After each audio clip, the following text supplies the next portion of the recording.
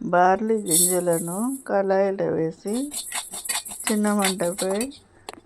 కొద్దిసేపు వేయించుకొని మిక్సీకి వేసుకొని పొడి చేసి పెట్టుకోవాలి. కళాయి వేడి చేసి వెన్న వేసుకొని ఉల్లిపాయ ముక్కలు, క్యాప్సికమ్ ముక్కలు వేసుకొని అల్లం ముద్ద వేసుకొని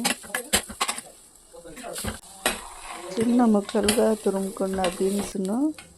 స్వీట్ కార్న్ వేసుకొని తురుముకున్న క్యారెట్ వేసి చిన్న మంటపై వేయించుకొని బార్లీ గింజల పొడిని 1 కప్పు ఒక గిన్నెలోకి వేసుకొని 2 కప్పుల నీళ్ళు పోసుకొని కలుపుకొని కూరగాయ ముక్కలలోకి 8 కప్పుల నీళ్ళు పోసుకొని తెల్లేంత వరకు ఉడికించుకొని కలుపుకున్న బార్లీ మిశ్రమాన్ని వేసి మిరియాల పొడి, ఉప్పు వేసి